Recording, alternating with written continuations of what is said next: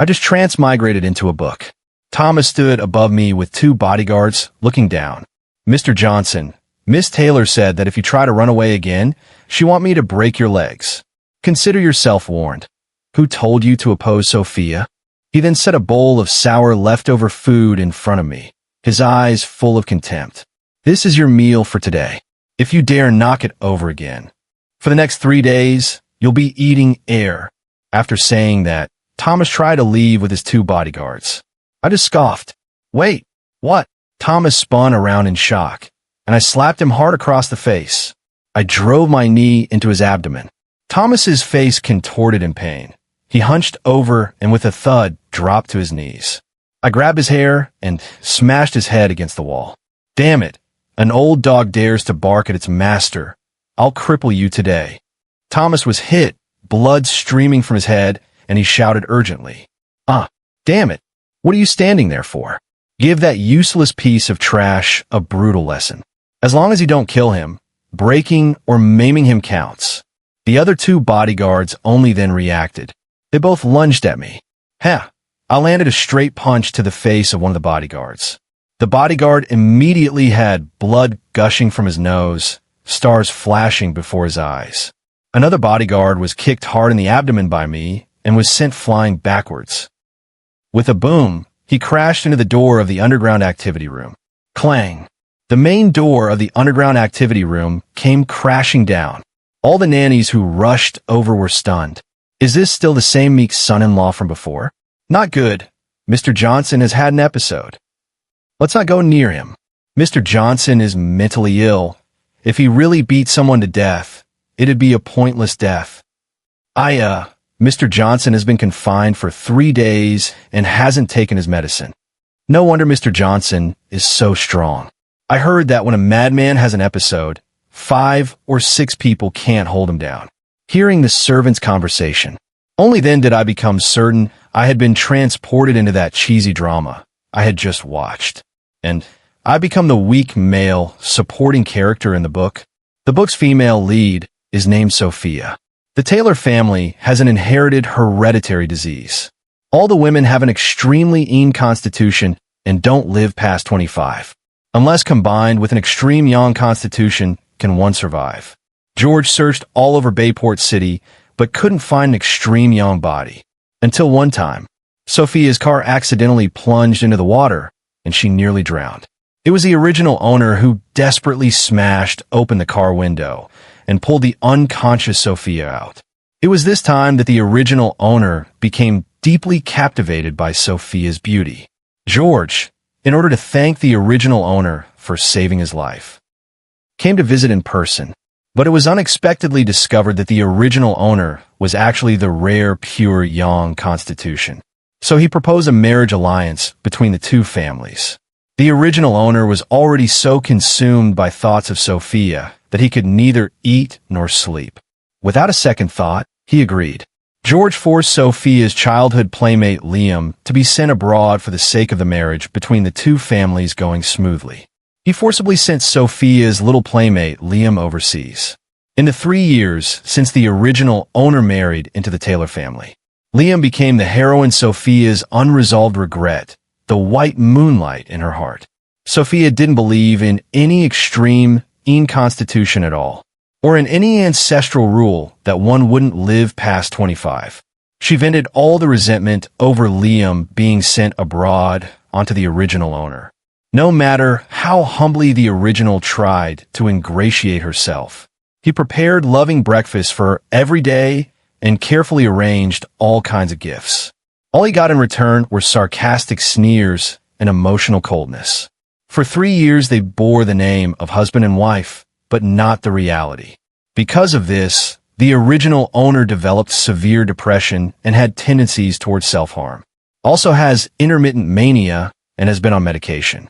3 years later, Sophia is about to turn 25. George is gravely ill. Sophia, holding the reins of the Taylor Group, immediately arranged for her first love, Liam, to return to the country. On the day of his return, Sophia had Liam move into the bridal suite that she and the original owner shared. The original owner was completely unhinged and demanded loudly, Sophia, it's the first day Yu Wang is back in the country, and you put him in our bridal suite. Do you think I'm dead? Liam instantly felt wronged, and tears fell. Sophia, Ethan doesn't seem to welcome me very much. Please don't fight because of me. Maybe I should just leave. After saying that he tried to go, but Sophia grabbed him. She looked at the original owner with extreme impatience. Ethan, you're nothing but a son-in-law by marriage to my Taylor family. This is my Taylor family. I decide who gets to live here. You have no right to boss me around. If you can't stand it, then get out and find your own place to live. Don't be in Liam's way. The original owner couldn't bear this humiliation and left the Taylor household that very day. But Liam still wouldn't let him go. Using the test drive of Sophia's new sports car as an excuse, he chased after him. One stomp on the gas sent the original owner flying. Fortunately, the original owner fell into the ornamental pond and thus avoided life-threatening injuries. They were rushed to Bayport Private Hospital for emergency treatment. Sophia, however, forced the original owner to sign a letter of apology. The original host's eyes were bloodshot as he stared fixedly at Sophia. Sophia, you're my wife. Can't you see Liam did it on purpose? And now you want me to forgive him? Sophia's expression immediately darkened. Ethan, do you think Liam meant to hit you? Would I not know that?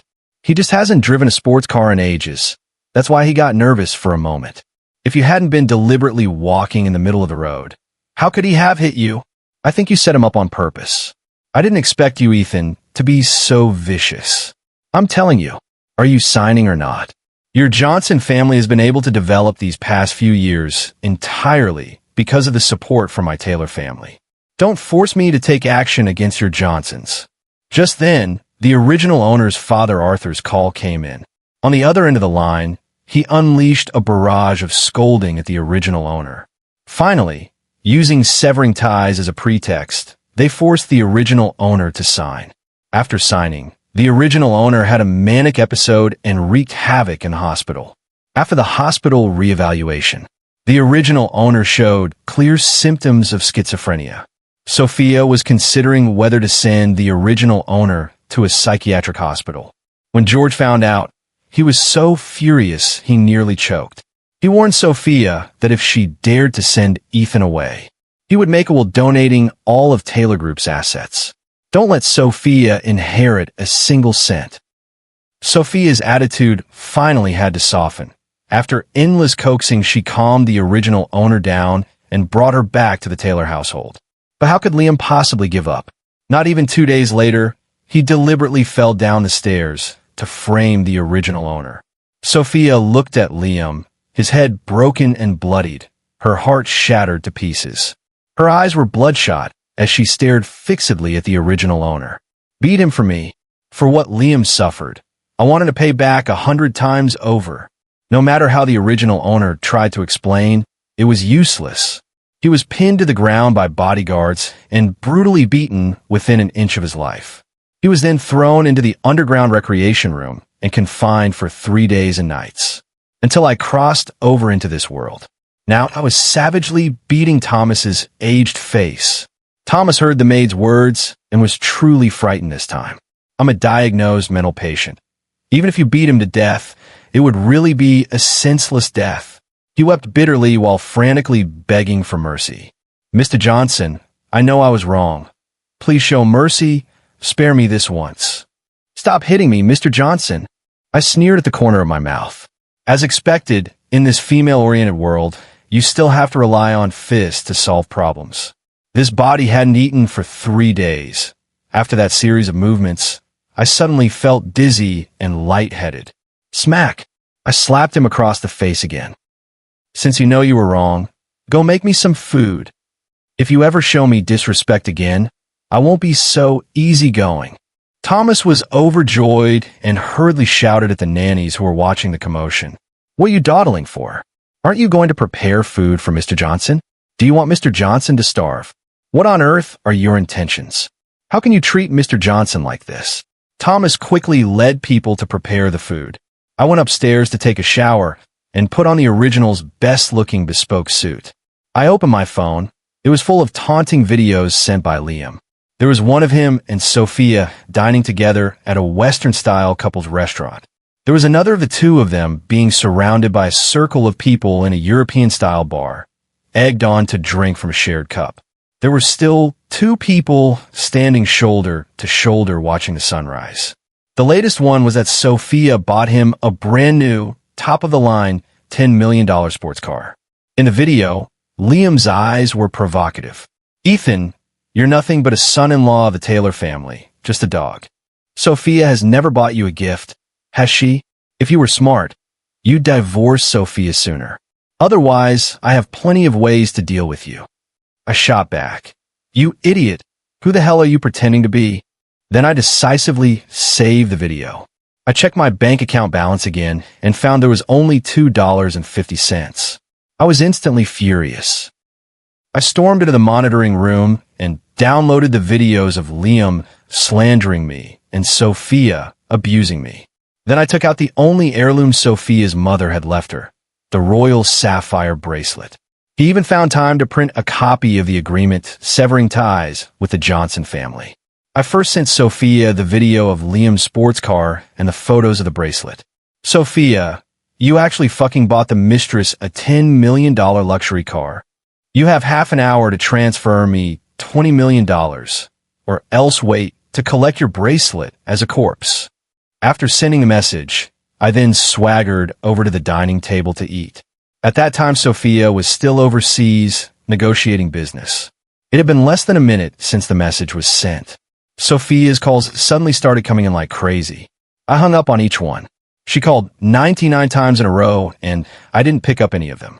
She could only call Thomas's phone. Bruised and battered, Thomas stood to one side, constantly bobbing and bowing into the phone. Cold sweat on my forehead wouldn't stop. "Miss Taylor, it's not that I didn't try to intervene, but neither my bodyguard nor we can't beat him. I really can't do anything." Yes. I'm worthless." I waved to Thomas and took the phone. "Miss Taylor has quite the temper." Hearing it was me on the other end, the voice suddenly rose. "Ethan, if you dare touch that bracelet, I'll kill you."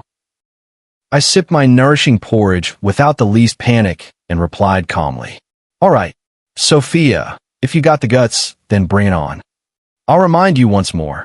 You have 5 minutes to think it over." There was complete silence on the other end of the line. Only Sophia's rapid breathing remained. "Ethan," she clenched her teeth tight and spoke each word deliberately. "How dare you threaten me? Do you know how important that bracelet is to me?" For more minutes. I was too lazy to listen to her nonsense and cut her off. "Miss Taylor, if I were you, I wouldn't say another word. You know me, I'm mentally unstable. If my hand slips and this bracelet falls." The sound of her high heels pacing came from the other end of the line. She suppressed her anger, saying nothing. 3 minutes later, my phone suddenly chimed with a notification of a $20 million deposit. Sophia's voice sounded once again. "Ethan, the money has arrived. Hurry and hand the jade bracelet over to Thomas. Or else when I get back." She hadn't finished speaking when my hand trembled and the bracelet slipped from my fingers to the floor. With a sharp crack, it shattered into several pieces. Sophia obviously also heard the bracelet shatter. There was a death-like silence on the other end of the line. Not even her breathing could be heard. After a full 6 seconds, Sophia let out a heart-rending wail. "Ethan Johnson." I casually glanced at the bracelet broken into 3 pieces and let out a light laugh into the phone. Sorry, my hand slipped. "Miss Taylor, you know how it is. My mental illness can't stand threats. As soon as I hear one, my hands tremble badly. You're looking for death." Sophia's voice trembled with rage. "Ethan, I'm going to make you wish you were dead. I'm going to make the Johnson family vanish from Bayport City." Before she finished, I simply hung up the phone. Thomas stood to one side, so frightened his face had gone white and his legs went weak.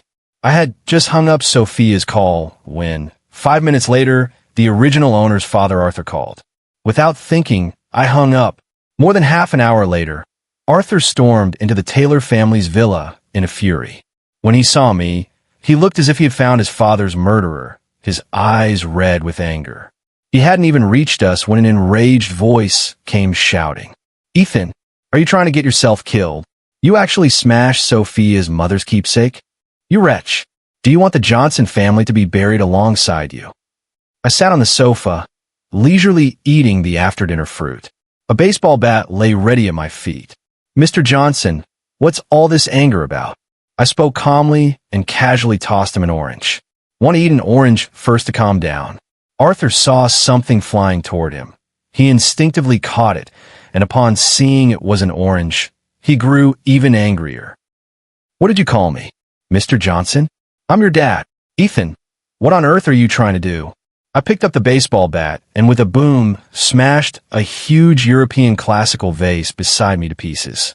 The enormous noise gave Arthur a huge fright. Thomas and the servant screamed even louder in terror. He looked at the vase shards all over the floor, his right-hand fingers trembling as he angrily pointed at me. "Ethan, you're crazy." I narrowed my eyes and smashed another huge European-style classical vase. I grabbed the baseball bat and walked toward Arthur step by step. The bat scraped the floor, making a piercing noise. "Crazy," I chuckled lightly. "Mr. Johnson, don't you know I have a mental illness? Or should I show you the diagnosis?" Arthur was so frightened that he stumbled backward repeatedly, nearly falling with a misstep. Don't come any closer. You just asked, what do I want to do?"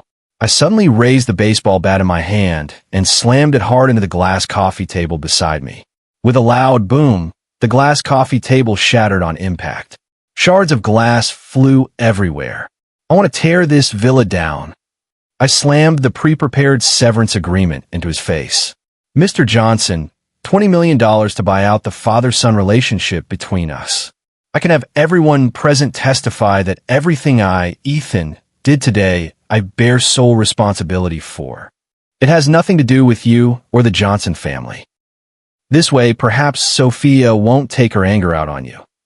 I'll only give you 3 minutes to decide.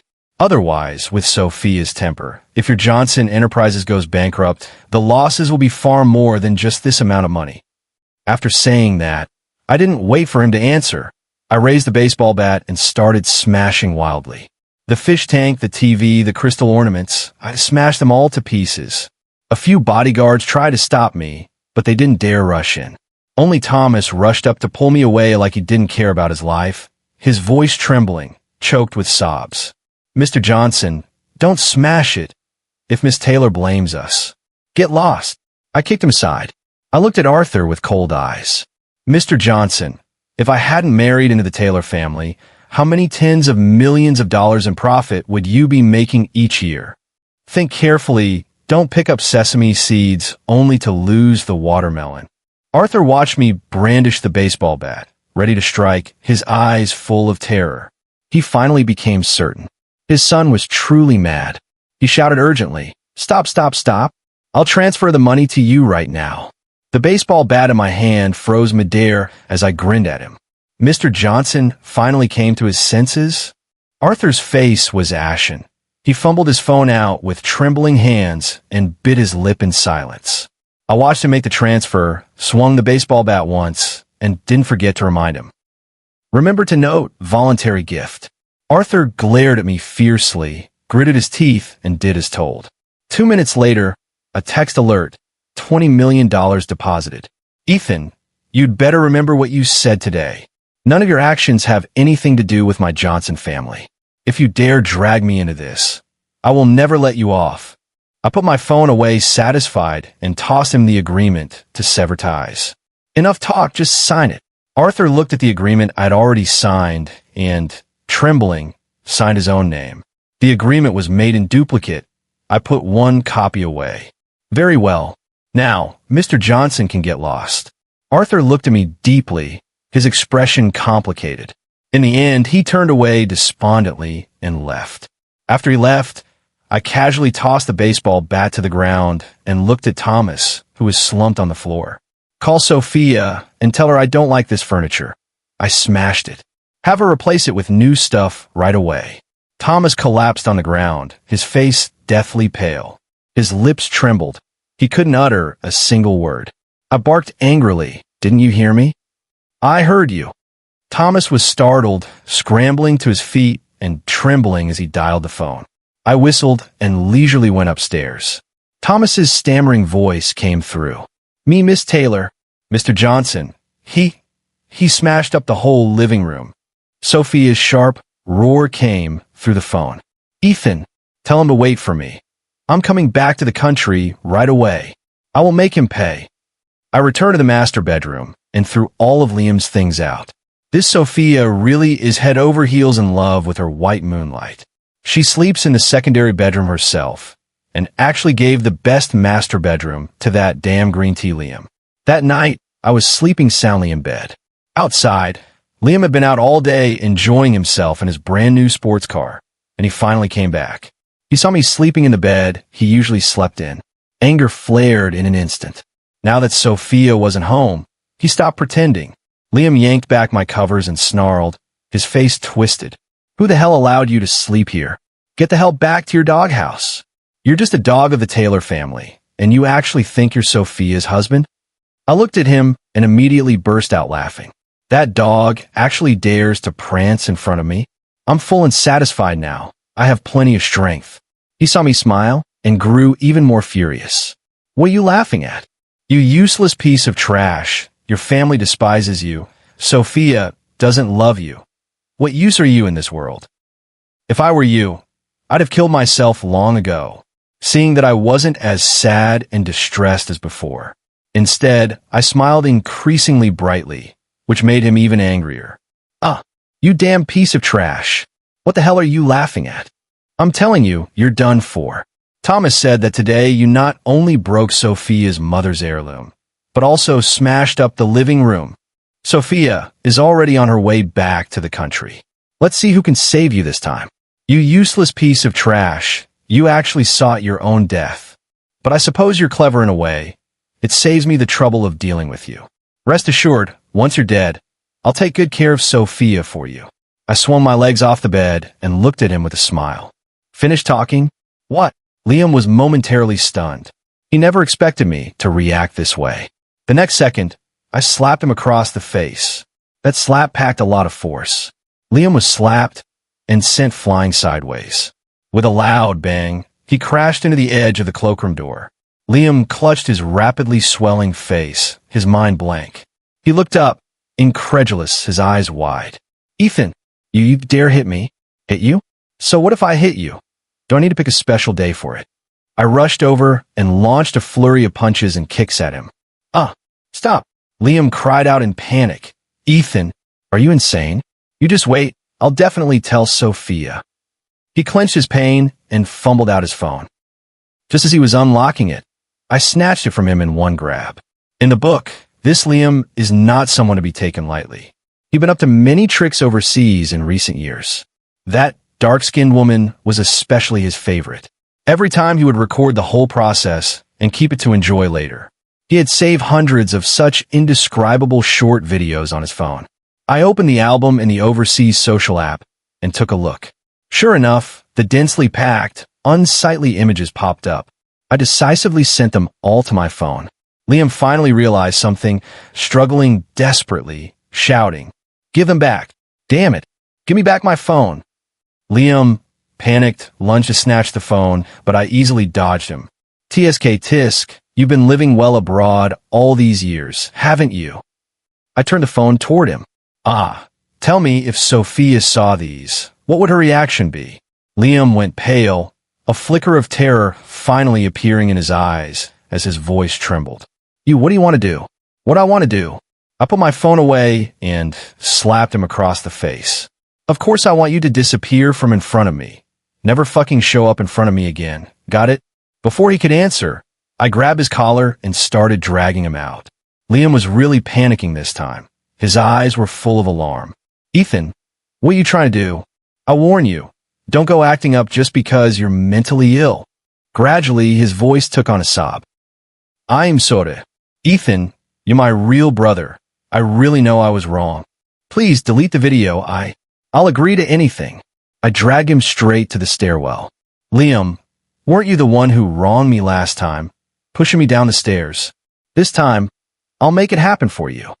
No sooner had I finished speaking than Liam's face went ashen white. No, no.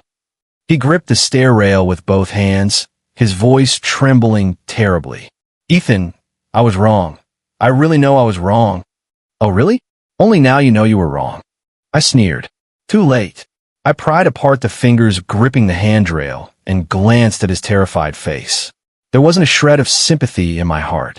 A piece of green tea like him deserved to taste what it's like to be bullied. Ethan, how dare you? Liam screamed. Sophia won't let you off. Then let her come. I kicked him down. Liam's sharp scream echoed throughout the villa. Then there was a bang, and he fell straight to the ground, completely still. I'll give you a count of 3. Get out of here now, or suffer the consequences. 3, 2. The fake dead Liam didn't dare pretend any longer. He staggered up, crawling and stumbling as he rushed out of the villa. That posture and speed were comparable to the ghosts in foreign horror films. The servants in the villa, seeing this scene, looked as if they'd seen a ghost. I shouted sharply, "What are you staring at? Get back to work." The watching servants were so frightened they shuddered. In the blink of an eye, they disappeared completely. Now the world was utterly silent. The next day, I was downstairs eating breakfast. The heroine Sophia finally rushed back. She threw the door open, and 7 or 8 bodyguards rushed in behind her. They stood in 2 neat rows. Sophia's face was sullen, her gaze fierce, as if she wanted to eat me alive. I leisurely took a sip of milk, not even lifting an eyelid. Miss Taylor, what a big show. I wiped the corner of my mouth with a napkin and only then raised my head. Have you had breakfast? If not, would you like to join me? Sophia was furious. Her full chest heaved violently, a bit dazzling in the early morning. She clicked over to me in high heels and swept the breakfast off the table in one motion. Her phoenix-like eyes stared at me intently. Ethan, you have some nerve. Where's Liam? I was taken aback. It seems Liam felt guilty. After I drove him out, he didn't even dare tell Sophia where he was. I slowly stood up and straightened my collar. Where did your pretty boy go? How would I know? Maybe Liam took the money you gave him and is off somewhere living it up without a care. You're talking nonsense. Sophia was so angry her face turned ashen. She ground her teeth in fury. And you even dared to smash my mother's keepsake? You really think you're my husband, that with my father's backing I wouldn't dare do something to you? Do you believe me? I'll cripple you today. Sophia raised her hand to slap me. Before I transmigrated, I was a mercenary. Could she really get the better of me? So you really think I'm the weakling of women's fiction? I turned my hand over and slapped her, striking first with a follow-up. With a smack, I knocked her straight to the ground. Sophia clutched her face, completely stunned.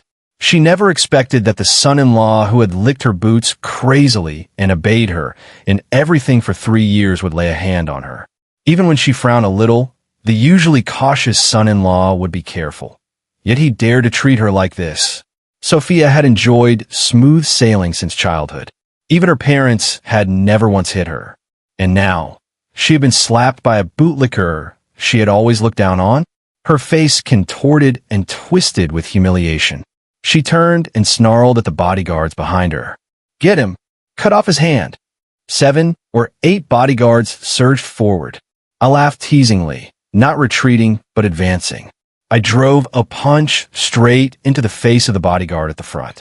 His nose collapsed instantly, blood spraying everywhere. I sidestepped and dodged another bodyguard's horizontal punch. I clamped my right hand tightly around his wrist and, using the momentum, twisted hard. There was a crack. His arm popped straight out of its socket. I delivered a whip-like kick to the third bodyguard's calf. He gave a muffled grunt and collapsed to the ground in an instant. Every punch I threw struck straight for the vital points, aiming for the places that hurt the most. One move was enough to render the opponent incapable of fighting. I slammed the last bodyguard over my shoulder with a vicious throw and flung him out.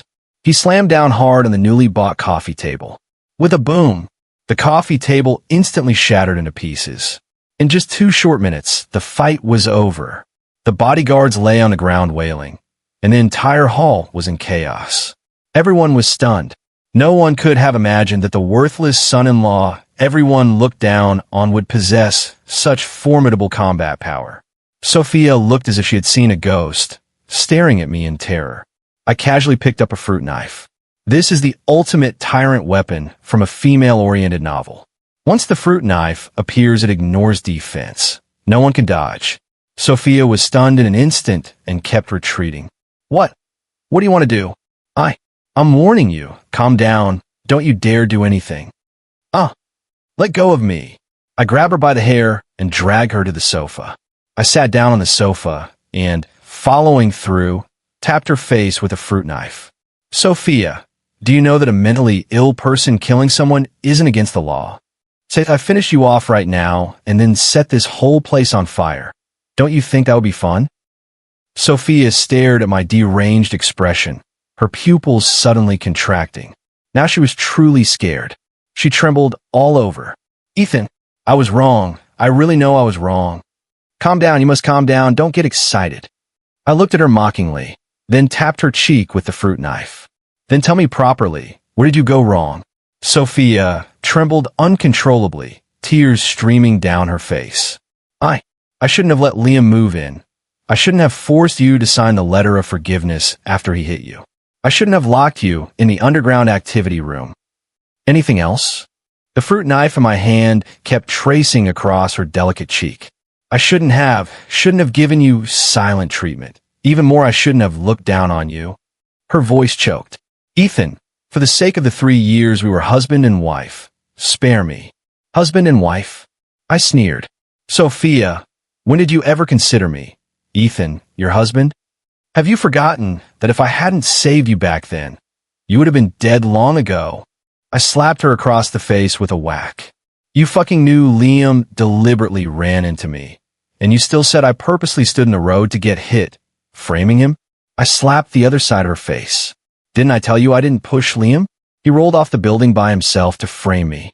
I pointed at the surveillance camera at the stairwell and asked coldly, with such a big camera right there, you put me under house arrest without even looking?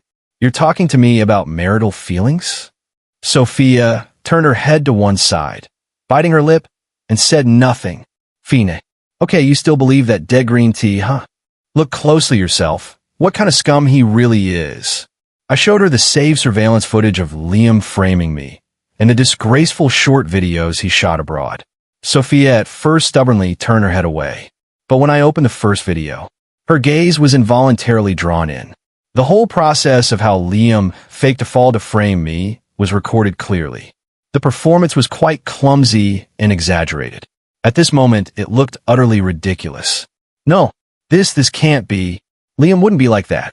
How could he lie to me? Sophia muttered to herself, her face gradually paling. Don't be impatient. There's more exciting stuff. I sneered and clicked on the next video. When those indecent images played, Sophia's eyes suddenly widened. Her eyes were full of disbelief.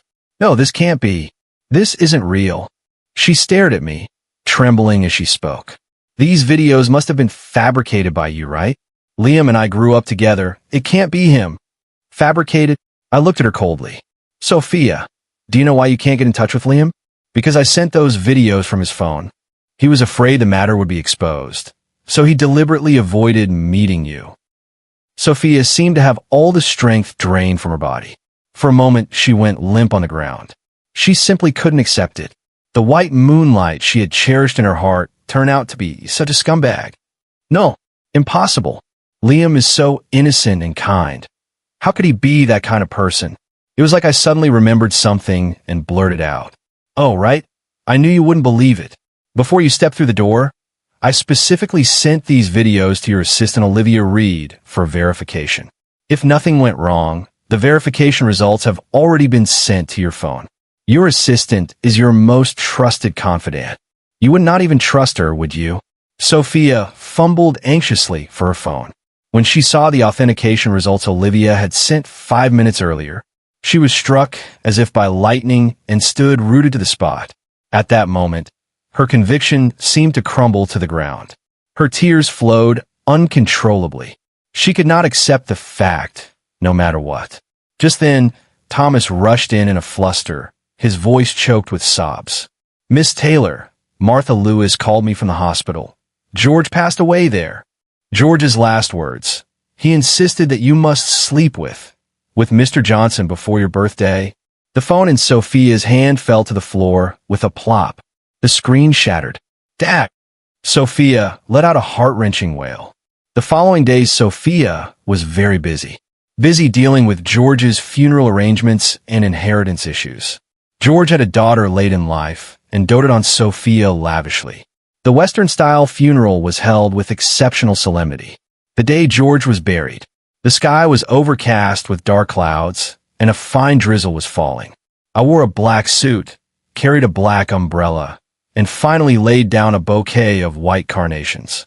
"George, go in peace. Your Taylor group can be left to me from now on." As for Sophia supported my arm as we walked out of the cemetery. Thomas hurried over and said in a low voice, "Miss Taylor, Liam has been found. What would you like us to do now?" Sophia's gaze suddenly went icy cold. "Take him back to the underground activity room. I'll be there right away." Thomas answered and hurried off to make the arrangements. The underground activity room was dark and damp. Liam was being held with his hands bound behind his back by the bodyguards.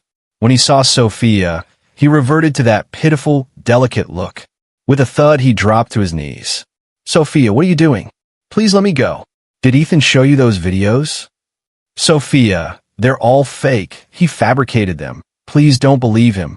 Sophia slapped him across the face. Her gaze was icy, without a trace of warmth. "Fake? Liam, you've been lying to me all this time?"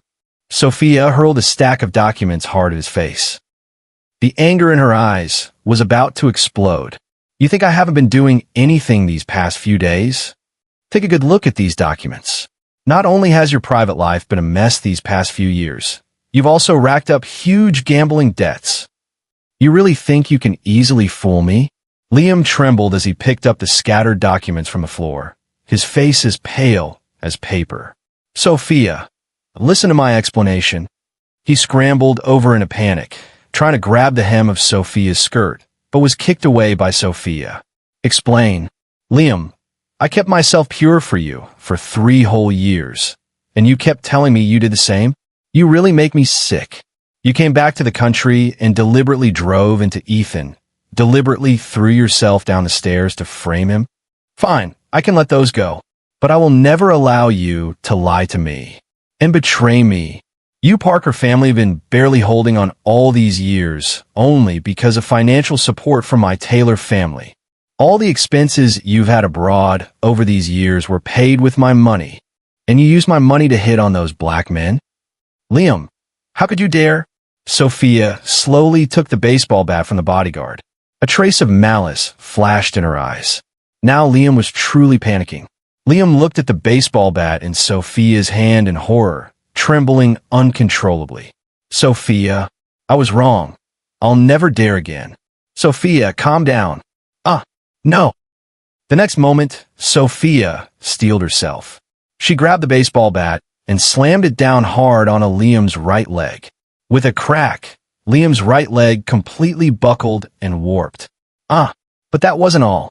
She stamped down with the heel of her stiletto on Liam's palm, crushing it into a bloody pulp in an instant. Liam let out a heart-rending, inhuman scream. Sophia's eyes were filled with coldness and malice. "Liam, all of this is your own doing. Thomas, since Liam likes black people so much, sent him to Africa. Consider doing a favor for the sisters there." "All right, Miss Taylor." Thomas agreed, and with his bodyguards forcibly dragged Liam away. Liam clenched his teeth against the agony and kept begging. Tears and snot dripped down. "Sophia, I'm sorry. Please spare me. I won't dare do it again." His voice faded away. "Looks like I won't see that damn manipulative woman in this lifetime." A week later was Sophia's birthday. George had not been buried long, so there was no grand ceremony. She only entertained a few close friends and girlfriends, and they dispersed early. By my reckoning, Sophia had only a few hours left to live. I lay in bed, keeping my ears on the sounds outside the door. Sure enough, it was midnight. Sophia weakly knocked on my door. Husband, save me. Ethan, please open the door. I was wrong. So Dad was telling the truth after all. Please save me, my chest hurts so much. I opened the door, stood in the doorway, and looked coldly at Sophia collapsed and limp on the floor. Blood flowed from her orifices, her face deathly pale.